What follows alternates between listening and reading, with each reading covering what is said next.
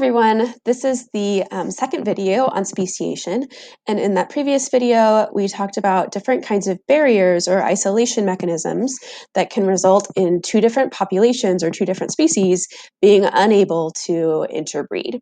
And in this video we're going to be thinking about the different ways that can come about, what causes these reproductive isolation situations.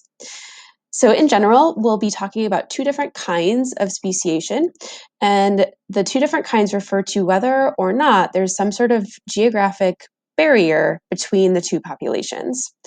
And if there is a geographic isolation, so for example, maybe a body of water is split into two, or a mountain range comes up between these two populations and they're no longer in contact with one another, that's called allopatric speciation. And then the other alternative is if there's no sort of geographic isolation, but there's just one subgroup in the population that starts to get its own unique characteristics and eventually takes a path away from the rest of the group such that they become two different species. So these two different types of speciation are called allopatric, where there is some sort of geographic or physical barrier, and sympatric, where there is no geographic isolation. So we're going to start with allopatric speciation, which is the one where there is some sort of geographic isolation or some sort of physical barrier between the two populations. And hopefully this drawing isn't to scale because you can see the fish are a little too big for this pond. But in this first video before the speciation, or this first picture before the speciation has occurred, you can see that the fish are all in one location. And so they're going to be able to interbreed, they're going to be having offspring together. And because they're breeding with one another, the genes are just going to be freely flowing between them. There's going to be mixing of genes between any of these fish.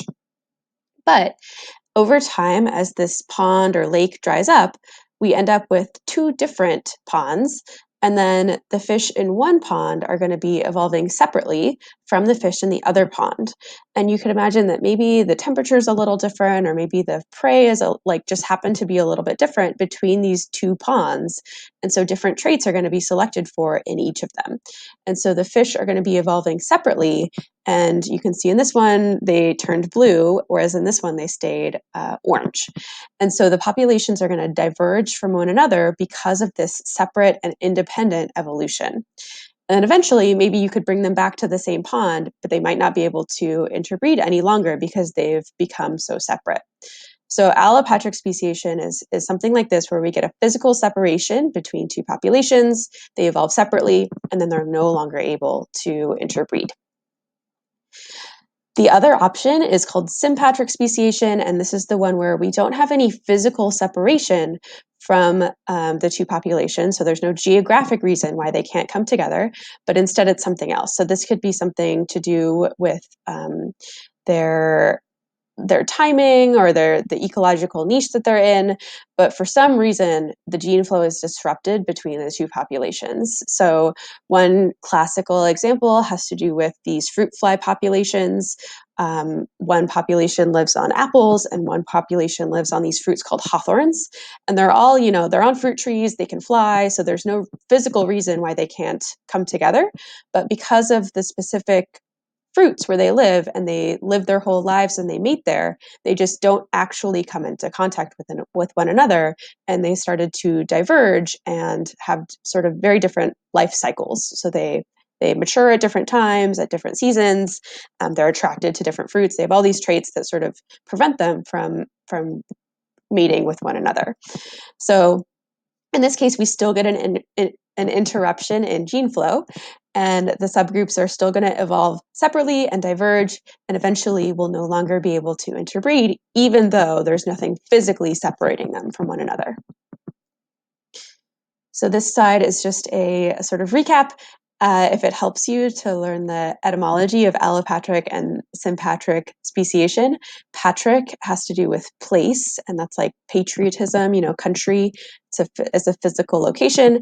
Allo means other, so allopatric is other place, so that means they're like physically in different places from one another, and that's how they're going to evolve separately and diverge. Whereas sympatric, sim means same. So in this case, they're in the same physical place, but we're still going to get the divergence of one part of the population. Okay, and then the last thing that I wanted to discuss in this video is just one sort of pattern of speciation that we sometimes see. And this pattern is called adaptive radiation. And this is when you just get this rapid explosion of a ton of new species from one single ancestral species. And you can think of, if you think of the word radiation or radiate, you get this sort of like explosion pattern with, or like spokes on a bicycle wheel, like that sort of imagery in your mind. And that is a sort of diagram or graphical representation of what this process looks like. At the spoke, you have one single ancestral species, and then we're getting a sort of explosion of different species that are coming from that. So the most common cause of adaptive radiation is when we get a lot of what's called ecological opportunity. And this is where we have a lot of new resources that are available, or ecological niches that are going unfilled. And this can be for a couple different reasons. One thing that can happen is if we have a mass extinction, then the competitors that were previously occupying that niche or using up a certain kind of resource are no longer there. So one example of this is after the dinosaurs went extinct, mammals, which already existed but were sort of just not being super successful, like there just weren't a lot of different types, we have a ton of new different kinds of mammals, a lot of which we see today, and they just sort of all adapted in different ways to fill those empty niches that the dinosaurs left. So all these resources that were going unused because the dinosaurs were no longer using them, now were filled by mammals that evolve different characteristics to use those resources and occupy those niches. And then the other way that this can happen is if we get remote islands that just don't have a lot of animals living on them, that means that there are a lot of resources that are not being used and there's no competition for those resources.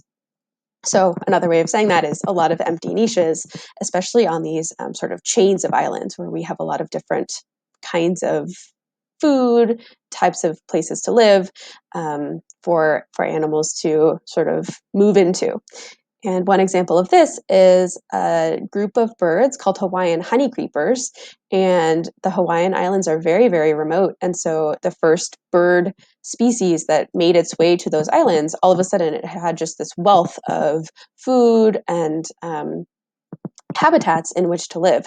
So you can see just a sampling, there are way more than this, of the different kinds of birds. And this one, small prey. Some of them are more specialized for fruit and seeds, but they've got a ton of different kinds of beaks and coloration and body types to just use up all of these different resources that are available on the remote Hawaiian Islands. Okay, so this was the second video on modes of speciation. So thinking about whether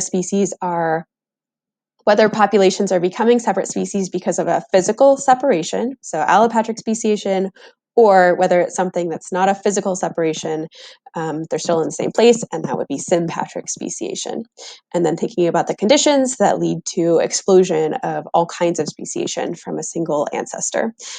Okay, so this concludes our speciation lectures, and I will see you all later.